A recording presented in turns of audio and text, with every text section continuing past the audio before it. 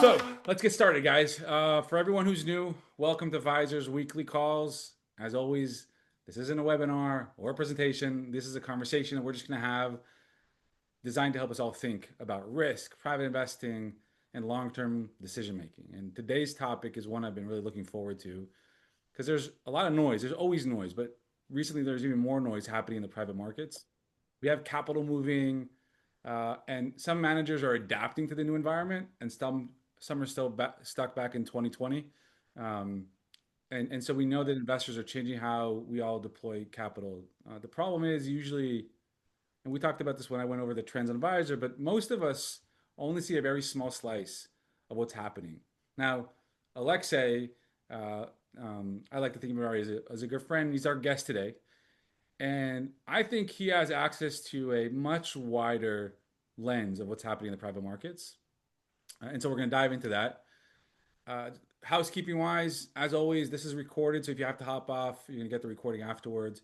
But it's important. This is an interactive session, not like I mentioned, not a webinar or presentation. Please jump in, ask questions, turn off your camera, push back, say, no, that's complete BS or whatever. We want to have an interesting conversation. That's where the value of these calls comes from, not just by the two or three of us just babbling on about stuff that we're interested in. So, with that said, Aleksey, it's really good to have you here, man. I appreciate you joining. And I For want to sure. start simple. All right. And we'll dive into that from there. But you built this platform that I don't know if everyone knows called GPLP Match. And I know it derived from something else. Can you give us the backstory of how you got into this world of privates and then specifically into the matching of GPLPs? Yeah, it's a surprisingly short window of time, but I guess I'll just try to give you the short version. I used to work in the institutional world at a public REIT, where I basically did not touch privates at all. Like you sort of just assume the money just flows in through the ATM. We had like 1 billion plus, I think, a revolver, so securitizations, all this stuff. So it's just like an entirely different world. I left 4 years ago, and I kind of like just started to naturally, because my background was real estate, I started speaking to different GPs in here in Phoenix. Um, and I guess I was just shocked at the level of difference between like the public market REITs and the private GPLP marketplace and how disjointed and sometimes not so transparent the place is. And so I basically set out to build in that space. Initially, I started advising LPs directly on like existing investments or future ones. Um, that slowly turned into a blog where like many people said, I don't have an existing investment. I just want to learn. So I started writing there and now that's up to almost 11,000 people. And I guess a year and a half ago, I realized that I kept getting the same question over and over again, which was, how can I meet LPs that match what I need? From LPs, I would hear the same question, like I want to meet GPs going after a certain property type, but I want them to be based in Florida because that's where I live, and this and this and this. And it's just like in my head, I was just like, why can't I just build this at scale and have it be sort of like a queryable database? Because that's basically what it is. And that's what got GPLP Match to start. We've been at it for 13 months. And yeah, glad to be here, one day at a time. Yeah. First of all, I love your content on LinkedIn. Whoever isn't following Alexa should do it. It's just you have really good, sharp insight. So I love that. And and Thank you.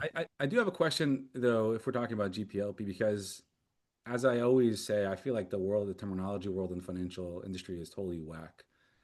Because Yep. immediately when you talk about GPLP in the privates, you talk about real estate. And Mhm.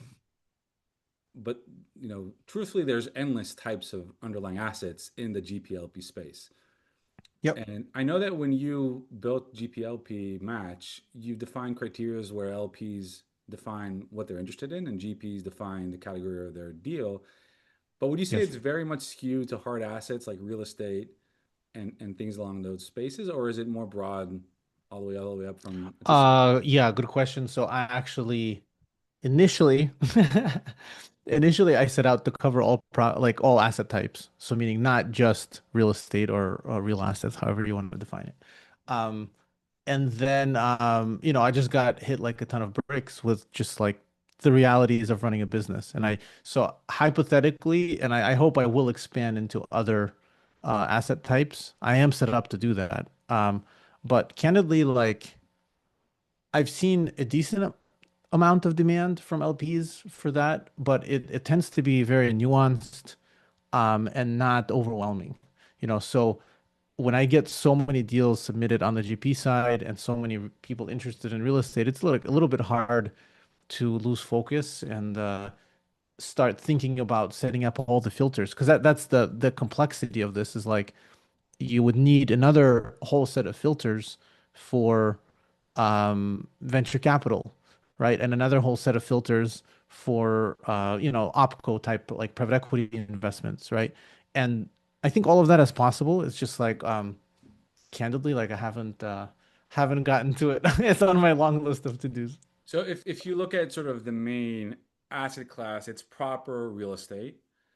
I Yeah, assume, that's all. That should be clear. That's all we send today. It's only real estate. Yeah. and within real estate, yeah, but real estate is also a broad term, like always oil and gas real Yep. estate. We actually, it's funny you ask. 3 weeks ago, we added what did I end up calling it? It wasn't real assets. Natural resources is what I called it, which would include oil and gas. And the reason why I added it is because we send like a lumber yard deal.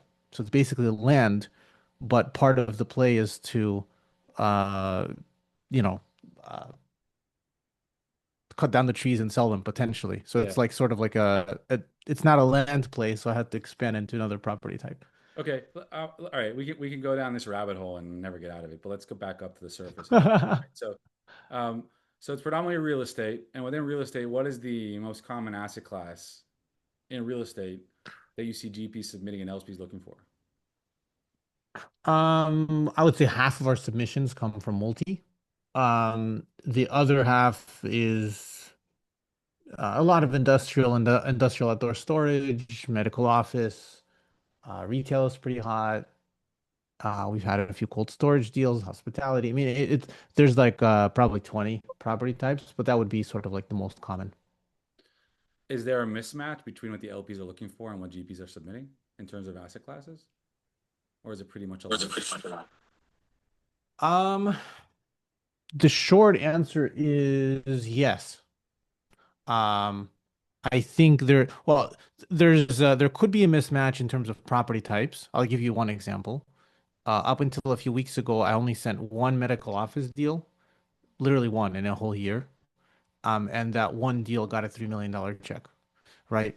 Whereas I had sent probably 150 multifamily deals, and I would say probably a third of them got LP feedback, and a fraction of those actually got checks. So you get a sense of like, you know, um, I only send deals when they come to me, right? But LPs statistically want to see something, right? So for example, medical office is definitely undersent, if you will, from the supply side. Another one is assisted living. Same thing, like senior housing, assisted living. Those things they seem to be very high demand from LP's So perspective. walk us back a step. When did you launch this publicly? Just in terms of time frame, like what? Yeah, so first deal I sent was I think it was like January 25th of last year. So like 13 months ago. And so, and just because I know how it works, why don't you explain to people how exactly it works in terms of the matching? For sure. So LPs sign up. They can tell me if they want to receive every deal, which tends to be a lot. So sometimes it's five a day. Or they can say, I want this specific property type, or I want any property type, but it has to be above 8% cash on cash in year one. Or it has to be a certain security type, meaning I only want debt security types as opposed to equity, or I want only pref equity investments, right? So there's like 20 different filters that they can set. And then my job is to simply, if a deal gets submitted, I send them a deal, query the database of all the LPs and send them matching deals. And then they reach out to the GPs directly if they're interested. So when an LP signs up, they set up their criteria at the front end. and then they just Yep. forget about it, and then they keep on getting deal flow based on what GPs submit and the criteria that said GP defines for their deal, and then based on that you make the match. Do you see LPs Exactly. updating their criterias, or you don't track that?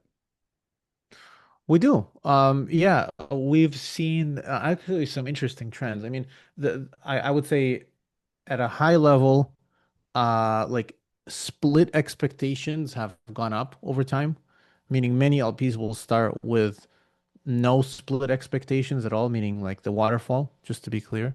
Many of them will say, well, I'm okay with the 50-50 split. And then they start getting too many deals and they start moving up, right? To, like a final split of 70-30, for example. Um, um, Another one that is like pretty common nowadays, I think, is a minimum IRR number. Like a ton of our LPs have like a minimum IRR, net IRR to LPs of 15 set. Some of them set it at 12, but it's a very widely used metric because they're basically saying like, look, I can invest in the stock market. Doesn't take that much time. Um, so if I'm going to lift my pencil and start underwriting and understanding and doing diligence, like there's got to be some level of return that is worthwhile. And the last one I'll mention is cash on cash. I think that has grown in popularity over time. Um, I think a certain type of LP basically looks for cash flowing investments and they want 8% in year one or 7. And that's a very widely used filter, sometimes with no other filters set. Like they'll just say, I want to see any investment that has a at least an 8% cash on cash in year one, and I don't care what else the deal has.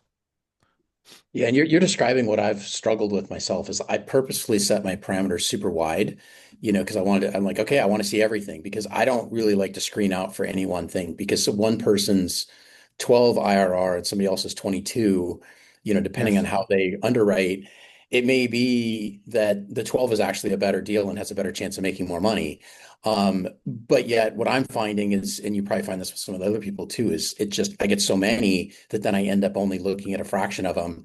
And so it's like I'm torn on like, okay, I want to see everything because I don't want to artificially screen things because that's not how I work. But then at the same time, you have such amazing deal flow that I'm like, all right, I can't keep up. So then I end up just skipping things, like whole days where I'm just like, okay, I'm not going to look at any of those. So yeah, Right. that's that. What have you found that really works? Because I think I'm probably your typical person that's receiving them and it's not working that Yeah, well. it's pretty typical. I'll share just a funny story. Like when I started, the whole point was like I don't want to tell people to set parameters, but the thesis was if I send them enough deals, they'll almost be forced into it, right? It's just too much. Um, I've realized after running the business for a bit that some people are just lazy and they unsubscribe instead. So like, I just that's more of a product problem that I'm trying to solve to make sure that like setting parameters is easier than it currently is. It's like a little bit difficult to like maneuver 20 different parameters. Um, but I would say the other thing that is has helped a lot is we rolled out an entire basically live deal dashboard. So before, to your point, it was all email based and it was just to be candid, sometimes overwhelming. But now LPs can go into a dashboard. I think we have like 60, 70 live deals, give or take, and they can search for anything. Like they can search for a specific state, a specific property type, a specific GP that is open to side letters. They can search for specific splits or fees. I mean, like you can literally search our entire debate database of live deals across, I think it's like 15 or 20 different filters. I didn't even know that. Yeah, I'll have to look. Yeah. Yeah, we need to do a better job of telling people. The other thing I've noticed, and I don't know if this is just a setting on it or not, but there was, or maybe this is you get a lot of deals, but I see quite a few of them where it says it's a JV deal and they're looking for like a minimum of $1 million check size or that kind of thing, which I'm not. That's not what myself or most of the people I know are doing. Am I looking Yep. at those wrong, or are they set wrong, or are there really a lot of deals you get that are That looking for is, just I guess, JVs? yeah, it's not a bug. It's just something we need to work through. So like, there's a filter for all LPs to set a maximum check size. And I Oh, okay. think that unfortunately that filter is just not as widely used as we would like it to be. And so you end up getting, like a $15 million JV deal, right? And so that tends to be, it's like, I don't know, probably one of 20 deals. We don't have that many of them, so I've taken the liberty, I guess, to send them as they are.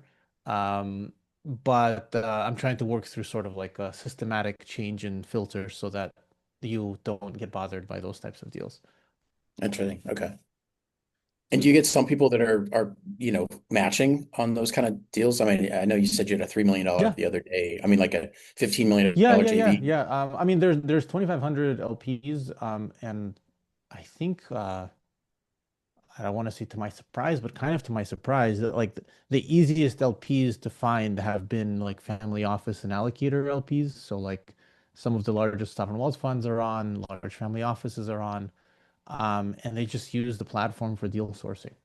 Nice. Um, they are in the business of deploying money, and I think in some ways, unlike a retail LP, they really understand that like you need to take in a lot in order to find something really good. Um, so they appreciate the volume of deals. Nice. I have a question then, because we talked about the LPs who sign up and define the criterias, and even in the LP seat, there are different types of LPs, right? There's a retail LP, there's a family office LP, there's Yep. the institutional LP, and then there's the aggregators, the capital raisers, right? Who want to be able to find good deals to bring to their audience and raise for them, right? So there's a whole spectrum of them, and Mhm. I'm assuming you track the usage of that in terms of, you know, Yep. so Yeah. Oh, are you seeing a lot of trends along that space of like what do you have more or less of recently versus before in terms of type of LPs? so I'll tell you, I started with the biggest percentage being um retail. That's just sort of like retail and high net worth, because that was the majority of the folks that followed me. Over time, that percentage has gone down, basically for two reasons. One is because we've gotten more and more family office and allocators on, because again, like I said, they just appreciate being able to set it and forget it, so to speak, in terms of your filters. And on the retail side, the other challenge has been we send a lot of deals, and for some retail people, it's too much. Like they don't know how to pick between deals. I don't really provide, RIA type advice in terms of what they should put their money in. And so some of those users we've lost just because they're kind of lost as to how to compare deals, look at them, and do their own diligence. Okay. All right. And just one question, because you didn't mention that there was a $3 million deployment. How do you know when an LP invests in a specific deal? Um, well, it's very what's the word? Not systematized. Basically like I'll sometimes, not always, you'd be surprised how many times I don't hear anything. But like, or at least I was surprised. But usually the LP will be excited or the GP will be excited and they'll tell me. Okay, cool. Sometimes that comes after a few months. Sometimes it never comes. But in that event, I think it was the LP that told me. So it probably happens much more than you know about. That's what you're saying, because you don't Oh, know. for sure. Yeah, yeah. We like don't direct traffic in any way. Like you can literally copy the GP's email and go to your Gmail and send them an email. And then I have no idea what happened. That's sort of been like one of the challenges of the platform. Let's flip the conversation to the GP side for a second, because all right, the LPs, we know the offering, the use case. They log in, define criteria, and then we see deal flow. GPs, do they submit every deal they have on the platform? Are they selective? Have they been modifying their deal terms based on what they're seeing? How does it work from the GP side that you're seeing trending? Yeah, so we two answers. So one, the trends are first of all like our first thing is to get GPs on. It's just to get them to know about the fact that we exist, right? And we ask them to fill out a profile which becomes searchable by LPs. And we can only share 506C deals, which is like a type designation that allows us to send their deals. Recently, we rolled out something that allows LPs to search our entire database of GPs. So they can search 506B raising sponsors um, across where they're based, if they want to meet them, property types, realized investments, a ton of different factors. The biggest trends, I guess, from the GP side that I would point out is, you know, we the biggest questions I kept getting from GPs, and I used to do these calls to like sort of consult, if you will, or advise GPs were, how do I reach more LPs? Do you have any feedback on my deal? And how do I compare against other GPs? And we basically built like an entire software product around all of those three questions, where GPs are able to understand how they compare to the supply side, meaning other GPs and their offers in terms of splits and fees and co-invests and IRRs and etc. And they can also understand how they can reach more LPs in terms of the filters that are set. So just to give you a practical example, a GP submits a deal and they decided to co-invest 4%, right? So our system will tell them if you're able to invest 5%, you can actually reach 150 more people, right? So meaning it like queries our LP side anonymously and it brings that information to the GP. And obviously you have the decision to ignore it or use it to the extent that you can, but at least we're trying to show as much information and feedback to the GP to make them successful. So you've actually seen GPs change their deal terms because 5% Oh, contribution. all the time. Not Yeah, really. all the time. So basically, they'll Yeah. change their pref for waterfall or fees Yep. based on the comps that you show them. Yes, what's interesting is sometimes it's in both directions. In other words, um, we have some GPs that were like, wow, like all of these GPs are at the similar purchase price, similar experience, but they're charging more than us in fees, for example. And I've actually seen people go the other direction, meaning make it less LP favorable because they understand like the supply side of the market is just not where they are. Some people will say, well, okay, great, good to know. Like I'm going to keep it where I am. I'm not going to change anything, right? But I just want to point out that I would say 75% of the adjustments are in favor of the LP because they realize they're sort of like behind market. Um, but probably 25% are actually in the other direction. How do you define experience of a GP? Is it number of deals? Is it years? Great question. Very difficult thing, obviously, for obvious reasons. What I've done to date is defined it as realized investments, which is, to be clear, very far from perfect. Um, but essentially deals that you were the lead GP on and you've sold. Now, you notice I didn't ask how did you do on that deal, right? So performance isn't really included, which is why it's imperfect. And for example, some people are long-term holders, so they've refied a bunch of deals, but they haven't sold them. Some people, we have, a ton of people that are leaving Apollo and KKR after 10 years. Um, and those deals go out at zero realized investments, even though some of those people are extremely experienced in the space. So, you know, open to better ideas. But we've sort of had to pick a variable and stick with it. And, so far that's that. By the way, I'm going to remind everyone if anyone has any questions, please chime in, unmute yourself, raise your hand, write in the chat. We have an opportunity here to talk with Aleksey. He's seen a lot of deals on both sides of the spectrum. So take advantage of this opportunity. I urge you guys. All right. So we talked about the LP side. We talked about the GP side. I want to dive deeper into it in terms of the actual terms that you're seeing because, in terms of prefs and splits and fees, and I know it has to do at the end of the day with the deal type and with the experience, but Yep. where is that sweet spot in terms of let's just talk about prefs in multifamily value add. Sure.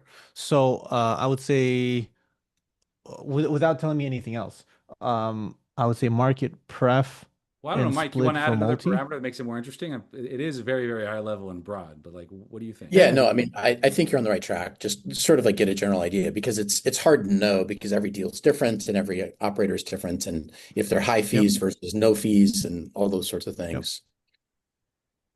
Yeah. And actually, I don't know if I can share my screen. Is that Yeah, allowed? you can. Yeah, for sure. Go for it. Let me see if I can find it. I can actually, the best way to answer this question is with a graph, which I actually have. Always. Um, Okay. Let me, I don't want to bore you guys with this whole thing, but I will, wait, how do I share my screen? I'll So share it. Here it green is. button on the bottom, share. Um, There you go. you guys can see it? Yep. Yes. Okay. So I don't want to bore you guys with this whole long presentation, but like this answers your question, I think, better than anything I can say. So this is basically it's a stratification of all deals that we have sent as of the time of this report. So this is across 260 non-fund deals. And, for example, of that 95, roughly half, which makes sense, were multi. The average co-invest of the GP for those deals is 11%. And the average final split, notice I said final, meaning if there's several splits, this would be the final one, um, is 69%. I can tell you this was run about 6 months ago. I think if I were to run it now or look at the last 6 months of data, for example, and not an average across everything, I bet you we're like a 75 in terms of multi. What's really interesting here to me um, is like you'll see this split vary a ton, right, across different property types with like, for example, mobile home parks is 65. Single family homes, somewhat surprisingly, is pretty low, right? Storage is pretty low, right? And I just think it's interesting that there's almost like um well, there's like a demand and supply economics, I think, are playing into what GPs are able to I don't want to say like get away with. That's I don't know how else to put it. Like they are obviously incentivized to keep as much as they can for themselves, right? And the point here is like the splits vary quite a bit across different property types.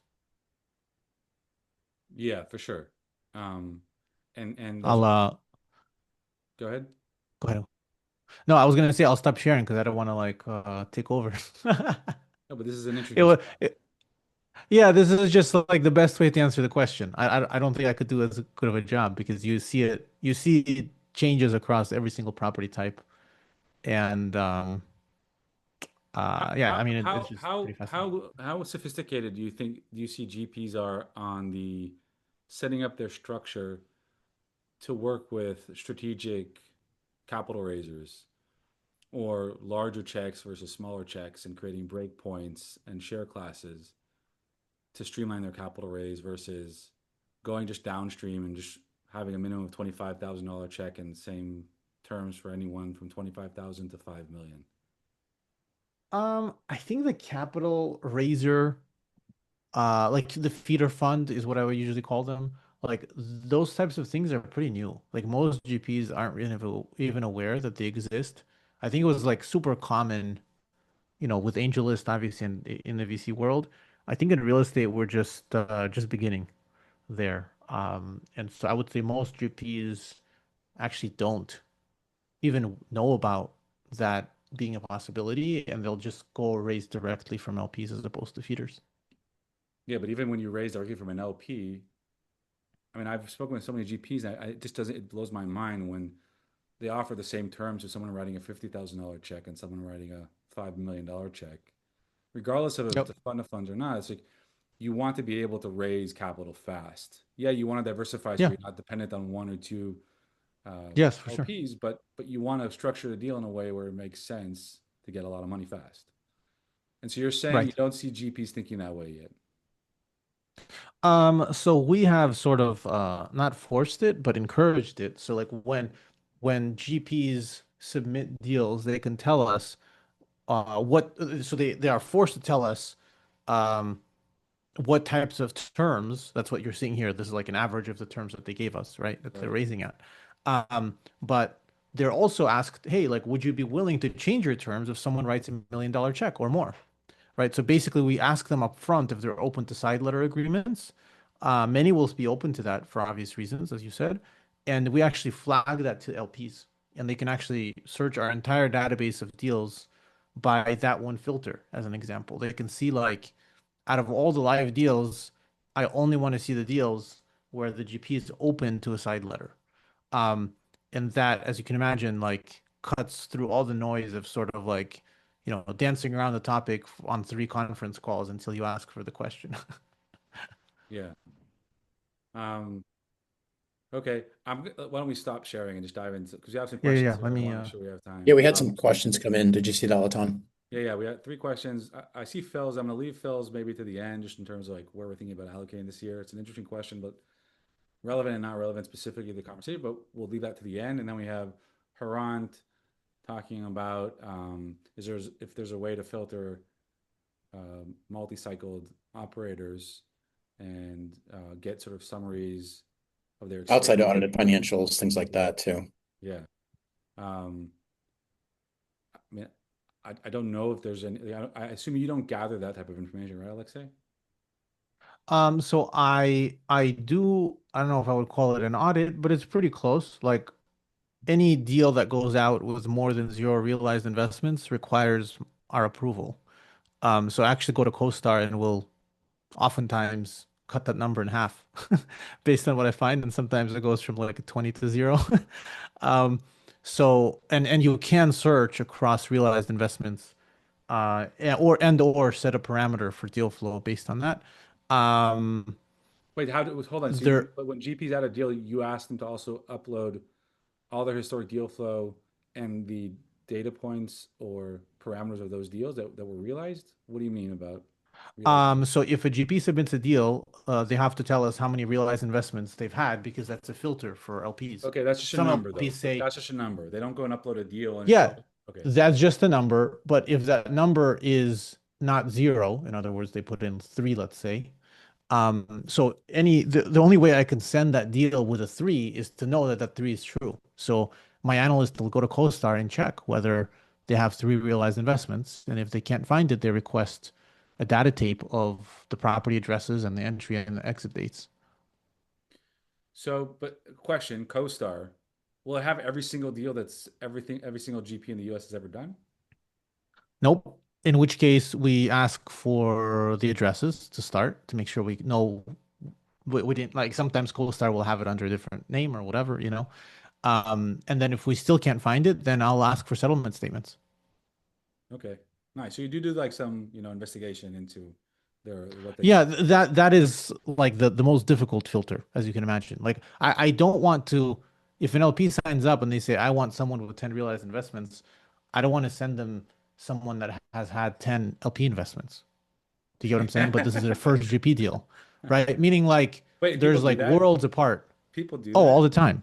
Oh, all the time. Yeah. I mean, I'll get, again, I was joking, but I'm not really joking. Like sometimes someone will submit a deal with 50 realized investments and like that 50 becomes three or two or sometimes zero, That's right? There's like a ton of, it's funny. That's a whole world like in the pitch deck. And Mike and I have spoken about this before, right? You'll see a bunch of deals in their track record, but they've all been done as like active investments in terms like I went and bought Philip some homes. I did it as the operator. Is that considered experience or not experience? And it's a whole debate, yep, right? Do you consider that or not as realized? right. Yes, for me, realizes I raised capital for a deal, I delivered on that or did not deliver on it, and it was realized. That's in my Yep. experience, in my humble opinion, Yeah. that is track record. Anything else is nice to Yeah. have, but like Yep. it's like quit bullshitting me. Just tell me the truth. You've never done it before, and that's fine. And then the premium that Yeah. I'm going to pay should be, much lower if this is your Yep. first or second deal, right? So yeah. Exactly. Um, okay. Mike, do you want to ask anything else on that? No, I Um, think that makes sense. all right. Babak asked here about how do you source your deal flow to LPs, and do you have any requirements for GPs aside from them having an offering?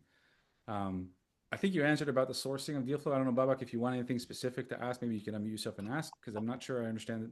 Sourcing deals, deal flow, the LP defines what their parameters are, and then based on that, they I get. think I think he's talking about like how I guess GPs submit deals, and the answer to that is like it's all organic. I don't do like any outreach at all. GPs are either already registered on the platform and they know that we exist, or they find us through social media or whatever. And then, we've made it over time much easier to post a deal. Like it used to take 15 minutes and now it takes about two because we like engaged a bunch of software and AI and stuff. So what they do, they upload their PPM, their OM. They upload their deck. We've actually filled the form out for them based on the PDF now. And then their job is to make sure that it's accurate, basically, like to, check anything that the AI got wrong. But generally, it's pretty good. Have you seen it sort of like an increase or decrease in deal flow? Because if it's all organic, Um, s- yeah, it flows. It's like December was insane. Like we had days where we got 7 deals a day, 10 deals a day. I think that the average in December is probably like 8 a day. Now we're probably like around 5. Like we'll have some days that are 7, some days that are 2 to 3. So it's a little bit slower than December, but I also think that's probably normal. Like people are just waking up, I think, in the real estate world. After and there's like, a million conferences right now going on as well. yeah. Is the criteria for a GP to submit a deal that they be the actual operator, like the main GP, or could it be, can a capital raiser also come in and upload a deal? Yeah, good question. So we started with that being a requirement, and then we've sort of extrapolated slowly. So now we allow co-GPs, meaning a co-GP, such as a JV partner, can submit a deal and raise for their like JV stake, right? We have also slowly, very slowly, allowed brokers to post stuff. As you can imagine, like that's a difficult thing to just open up to everyone just because I wouldn't be able to handle it, and we have to think about like how do we not hit LPs with 20 deals a day. So interesting, and I have a question. Then some segue from there into sort of the actual deal flow and has it changed? And I mean, you hear that it's still very hard to raise capital. Um, I thought obviously it's much more difficult than it is. A couple of years ago, people have been burned over the past couple of years, Yep. specifically in multifamily and some in real estate, and also it's been harder to pencil in deals. Um, are you seeing people submit a deal and then not get enough traction and then edit it, and has that changed over time, where people tweak it up more than they used to in order to get some traction, or it's still like same as always? Yeah, I mean, times are tough. I think the funny thing with us is like people will usually come to us after trying their existing network, usually. And the challenge is they almost come with like unrealistic expectations, right? That's just, something we have to struggle with through is a GP basically like blasted their deal to their existing base of LPs, couldn't raise the amount. And usually, I mean, I think everyone can understand that there's probably a reason, meaning either the deal is not super good, or perhaps the splits and the fees are too high, or whatever the reason is. For some reason, the existing LPs aren't so interested. So then they come to us and they're like, "Hey, like I heard, you get LPs for free. Here's my deal." And I'm like, I look at it and I'm just like, well, you should probably like check how you are doing against other GPs of similar types because you're pretty far off and I don't know if this is going to succeed. To which probably 75% of GPs will say, "No, I think we're good. Like, I just want to send it." So they send it. They don't hear from anyone. And then they're like, "Oh, your platform sucks."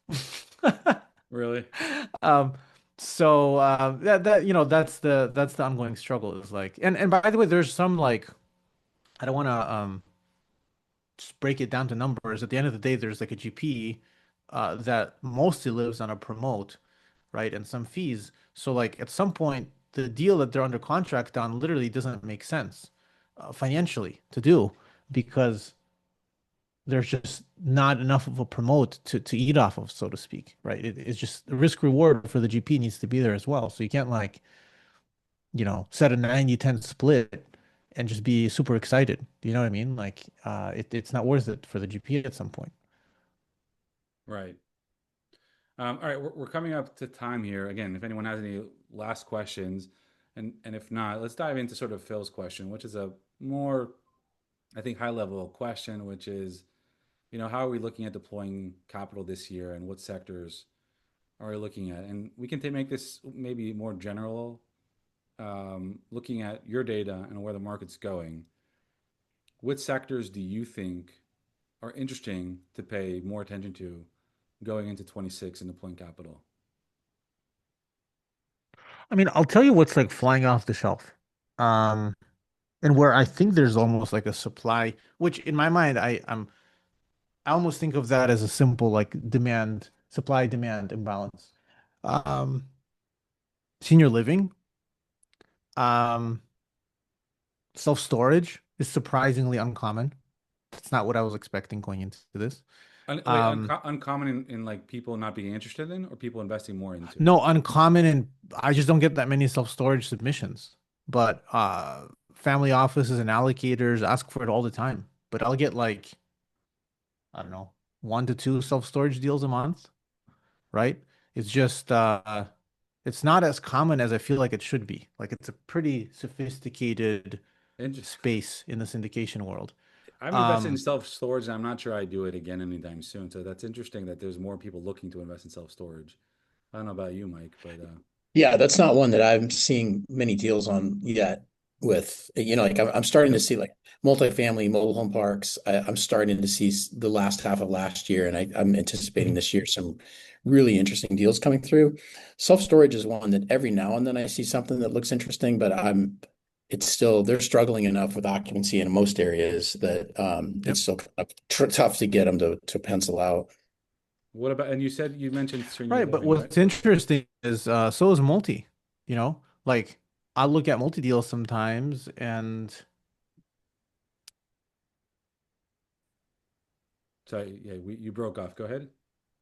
oh, okay, sorry. I was just saying, Mike, like so is multi, Oh right? yeah, Meaning there's a lot of multi like deals that don't pencil out, but I am seeing some that it's look like really sometimes I see a interesting. multi deal and it's like in Arizona and it assumes a 3% rent increase. And I'm just like, okay, No, we were you down could have gotten 4% away last with year. this in like 2021, but now there's something like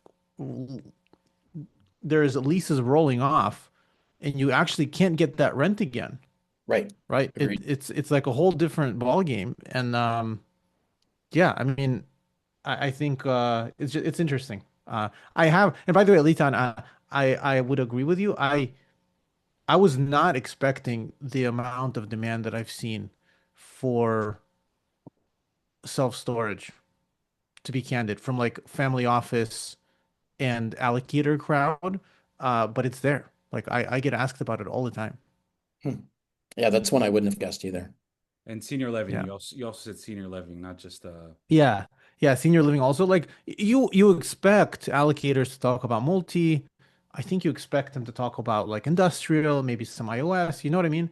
But like medical office, very high up there, frequently mentioned, to a degree that I wasn't expecting. Um, self-storage also, senior living slash assisted living stuff also very common. that's interesting. All right. Mike, any last question before we sign off here? Anyone else? No, no, Alexi, I appreciate the work you put out, and this is a very interesting product you've put into the world, and it's, I think, helpful because one of the things that Latan and I talk about is that a lot of LPs, what they really need to do is sort of like you said with the family offices, they're used to looking at lots of deals, and I think Yep. if this will allow the LP to get deal flow if they want to do the reps, which is what it takes, because you need to look at 100 deals before you know that the two or three that you want to invest in that year are good deals or not. Versus if you look at if you get lazy and you look at three and you pick one, maybe you get lucky, Yep. but you probably don't. Yeah, exactly. And some I'm having like a side conversation here with someone I know. Um, and I don't want to call you out, but he said like it's a fire hose. I mean, he's been and I think Mike, you can agree, like there's so many deals that are coming through that like sometimes it feels like a fire hose, and that's one of my challenges. In some ways, I created this for that benefit. Like, I think for what it's worth, I think it is extremely valuable to see a lot of stuff. And the whole point of filters is then you can start filtering. First, you like learn and get some ground. Okay, I don't know if I'm looking at development anymore. Okay, maybe this property type is not for me. Maybe Texas or Arizona is not for me at the moment, right? So you start narrowing down, but the whole point is you have to look at a lot of deals to learn, right? And the hard part, practically speaking, is many LPs have jobs, and that's like it's just a hard thing to manage, on the side. And then they Right. and then many people just become impatient and then make a bad decision and lose their Yeah. patience and Yeah. invest in further. And that's the pro and con with getting into this space is like versus the public markets. The public markets, you can't really get an edge, or you're not supposed to be able to get an edge, and you usually can't, and you pay more. But this, it's like it takes a lot of work. But if you do the work and you build the skills and you really get to looking at tons of deals, I really think that you can find opportunities that are well above what you can find in regular markets because you're willing to put the work in. Yeah, I'll tell you a secret. Every serious investor understands that, what you just said. And the second they find out about the platform, they're almost upset for not registering earlier. I do not find that to be the case with retail, meaning it's practically different. But what I'm trying to say is if you are in a small way or a big way in the business of deploying money, um, you almost need to pick a side. Either you just invest passively. I hate to use that word because like there's like passive investing, this and that, which I don't believe in. Um, like you can just put your money in the S&P. You can maybe trust your, whoever, wealth advisor or whoever to do it for you if you want. But if you want to be personally involved, the only way to learn this stuff is to see a lot of it. Like there's no other way of doing this. And that's just a time commitment. And either you can commit to it and look through deals and learn, or you can't, which and both are totally fine, but you sort of need to pick a side as opposed to I hate to say it, but maybe you guys will appreciate the phrase like instead of investing, you're like actually gambling, but you're thinking you're investing with very large amounts. You never would have gambled that amount at a casino because you know that you're gambling. Here you feel like you're investing because you're investing in a property. But in reality, behind the scenes, you're literally doing the same, uh, gambling activity as at a casino because you just don't know. Yeah, You didn't different do the Yeah, homework. go or the ahead. more dangerous thing that I've seen is where somebody has a podcast or some sort of a platform, and they sort of like they become a celebrity or an expert in something, and then they promote something where that then people just trust, and then sort of like they outsource their deal picking because they're like, okay, this individual, they seem nice, they seem like they know what they're doing. I've listened to 25 episodes that they do, so the next deal they promote, I'm Yep. just going to invest in it. Um, and maybe that works, but I've seen a lot of times that that doesn't transition over. Somebody who's a really good educator and good at explaining things isn't always the best at picking deals or operating deals or that Yep. sort of thing. That's that's Yep. that's one of the more dangerous middle grounds that I've seen. Um, Yeah. Yep. Exactly. All Sometimes right. there's a lot of bias too, but I don't want to get into that. yeah, That's a whole nother session that we can do at some point, right? But I think at the moment we should sort of um, you know, close up here a bit. I really appreciate this. This is great. Alexei, I really appreciate you joining us and sharing what you're actually seeing across these private markets. Like any more data we can get is always valuable. Like we're trying to do the same thing with Vyzer and get more data and more transparency. I think the more we do, the better we'll all be at investing. To everyone who's joined us here live, I really appreciate it. Thank you so much. The quality of these calls always comes from the discussion and the pushback. We didn't have much pushback today, but hopefully next time we will. Quick note, next week, we will not be hosting a call. Mike and I will both be speaking at the Best Ever Conference in Salt Lake City. And if you're planning to be there, hit us up. Alexa, I hope you come out at the end, but if not, next time. Hey, Yeah. Alexa, can you give us one just like what the platform is to find like the 60 deals that are live right now? What do we go to, and is it just a regular login for the GPLP platform? Yeah, it would just be gplpmatch.com and you Okay. put in your email. If you are registered, then it'll take you, you'll get a pin. You'll have to do that once. Um, if you're not registered, then it'll take you through a registration flow. And we'll share Okay, we'll, we'll great. share we'll share it also in the email with the recording and in the show notes for everyone to have. And it's free, right? So, there's Yep. nothing, we're not selling anything or anything like that. So we're gonna be back the following week. with a topic that will probably spark some strong opinions. We're going to talk about life insurance. Is it an asset or a liability? It's a whole topic that I heard people debate Everyone's about. got an opinion on that. Exactly. So we're going to skip next week, but mark your calendar for the week after. We're also on Luma, which I hope streamlines the registration process. That's about it. And if there's any questions, feedback, ideas, feel free to reach out to us offline. Thanks again, everyone, and see you soon. Have a great rest of your week. Thank you. Thank you. Thanks for having me.